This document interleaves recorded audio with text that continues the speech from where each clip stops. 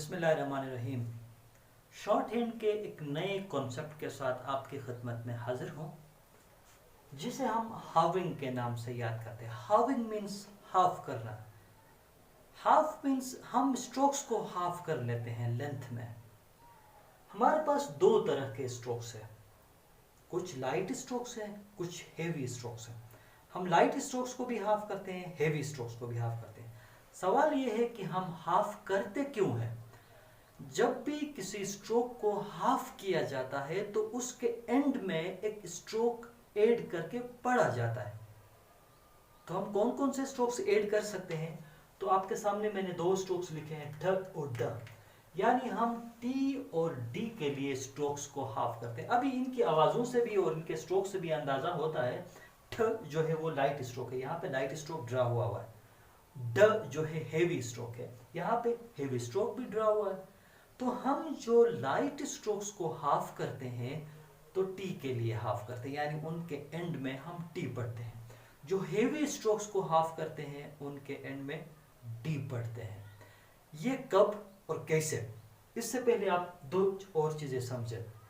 हमारे पास वर्ड्स के अंदर दो तरह के सिलेबल्स पाए जाते हैं, यानी कुछ अल्फाज एक ही आवाज में प्रोनाउंस होते हैं या एक ही स्ट्रोक के जरिए लिखे जाते हैं, और कुछ अल्फाज ऐसे हैं जो एक से ज्यादा स्ट्रोक्स के जरिए लिखे जाते हैं। जो अल्फाज एक आवाज या एक स्ट्रोक के जरिए लिखे जाते हैं उनको हम वन सिलेबल या सिंगल सिलेबल कहते हैं, और जो अल्फाज हम एक से ज्यादा स्ट्रोक्स के जरिए लिखते हैं उनको हम मोर सिलेबल या मल्टी सिलेबल कहते हैं। अब जो हाविंग है वो भी इन सिलेबल्स के हिसाब से होगा, यानी जब आपके पास सिंगल स्ट्रोक के अंदर एक वर्ड है तो वो स्ट्रोक की विड्थ को देखा जाएगा।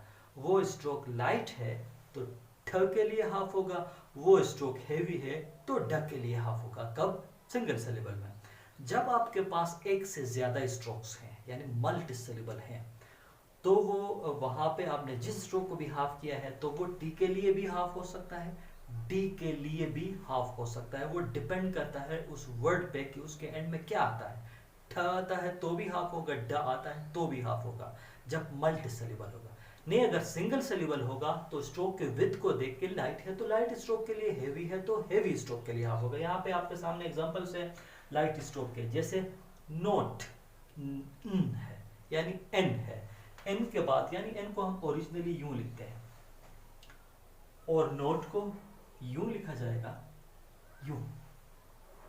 अब जो है वो लाइट स्ट्रोक है, हम उसको ठ के लिए हाफ कर सकते हैं, मींस उसके लास्ट में जो एन आता है उस ठ आता है उसको नहीं लिखा जाएगा और उसको भी यूं हाफ करके लिखा जाएगा, नोट।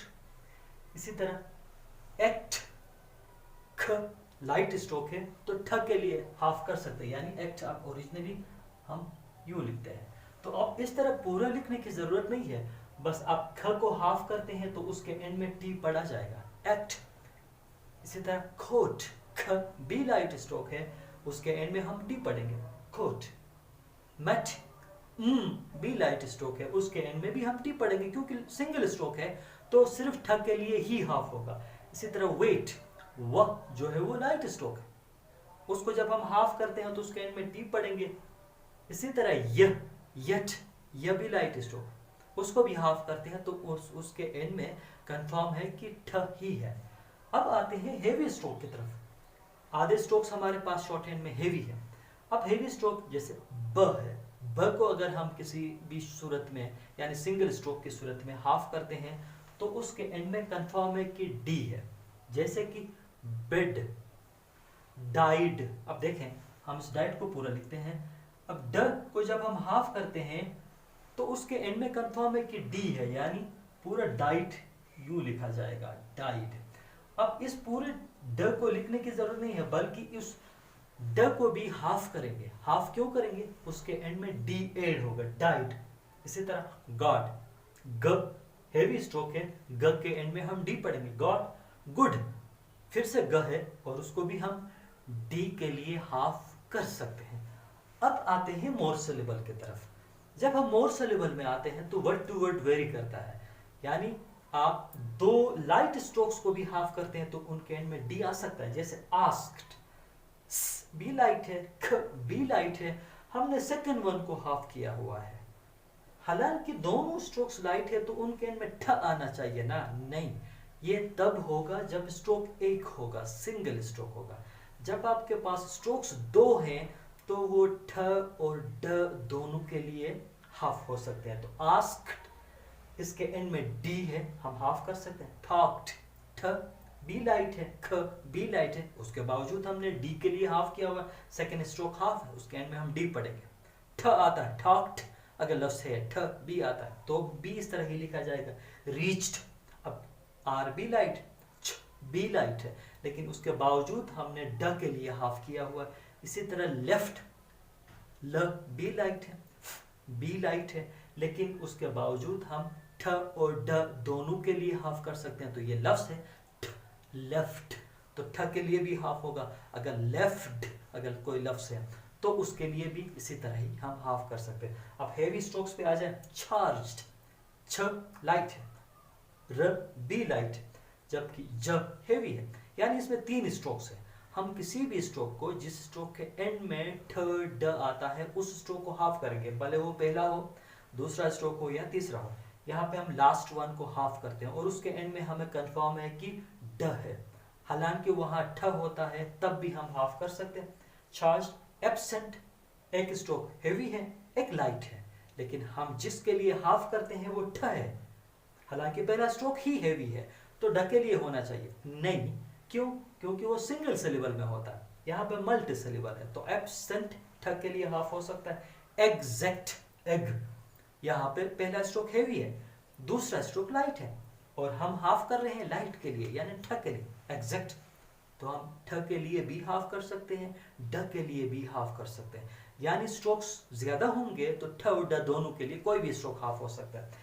अब जो हाविंग है वो एक स्ट्रोक के अंदर, एक वर्ड के अंदर एक स्ट्रोक भी हो सकता है, दो भी हो सकते हैं, ठीक है, यानी किसी भी पोजीशन में पहले स्ट्रोक को भी हाफ कर सकते हैं, दूसरे स्ट्रोक को भी हाफ कर सकते हैं, पहले और दूसरे दोनों को भी हाफ कर सकते हैं, क्योंकि दोनों के एंड में टी या डी आ जाता है। तो यहाँ पे देखें, डिडक्ट, अब इसके एंड में ड, फिर से ड है, इसको भी हाफ किया हमने। डक्ट, ख के एंड में टी है, यानी एक को हमने ड के लिए हाफ किया, दूसरे को हम ठ के लिए हाफ किया, दूसरा हो सकता है डिडक्ट, दोनों स्ट्रोक्स हाफ है, और एक ड के लिए, एक ठ के लिए, एक लाइट के लिए, एक हेवी के लिए, दोनों हाफ है। जबकि डिडक्टेड अगर है तो बीच वाले को हाफ करने की जरूरत नहीं है, लास्ट वन को हाफ करेंगे। खाली डिडक्ट होने की जरूरत नहीं, पहले दोनों, deduct first one, the last one. Did, ये ड के लिए हाफ हुआ, डिडक्टेड फिर ड के लिए हाफ हुआ है। इसी तरह एक वर्ड के अंदर दो स्ट्रोक्स भी। अब देखें, नोटिफाई, इसके एंड में ठ आया, नोट, नोटिफाई, इसके एंड में कुछ नहीं है, हमने इस स्ट्रोक को पूरा लिखा है, पहले स्ट्रोक को हाफ किया और दूसरे स्ट्रोक को पूरा लिखा। अगर इन केस नोटिफाइड होता है तो न को भी हाफ करेंगे, फा यानी फ को भी हाफ करके नोटिफाइड दोनों को हाफ कर सकते हैं, पहले स्ट्रोक को ठ के लिए, दूसरे स्ट्रोक को ड के लिए। यानी एक वर्ड के अंदर दो स्ट्रोक्स भी हाफ हो सकते हैं, एक भी हाफ हो सकता है, पहला स्ट्रोक भी हाफ हो सकता है, या दूसरा हो सकता है, पहला और दूसरा दोनों हो सकते हैं। तो ये था हाविंग का कॉन्सेप्ट। जब आपके पास स्ट्रोक एक है तो वो सिर्फ अपने विथ के हिसाब से, लाइट है तो लाइट के लिए हाफ होगा, हेवी है तो हेवी के लिए हाफ होगा। जब स्ट्रोक्स एक से ज्यादा होंगे तो लाइट और हेवी दोनों स्ट्रोक्स के लिए हाफ हो सकते हैं। एक वर्ड के अंदर एक से ज्यादा स्ट्रोक्स भी हो सकते हैं तो एक से ज्यादा हाविंग भी हो सकता है। देखने का बहुत बहुत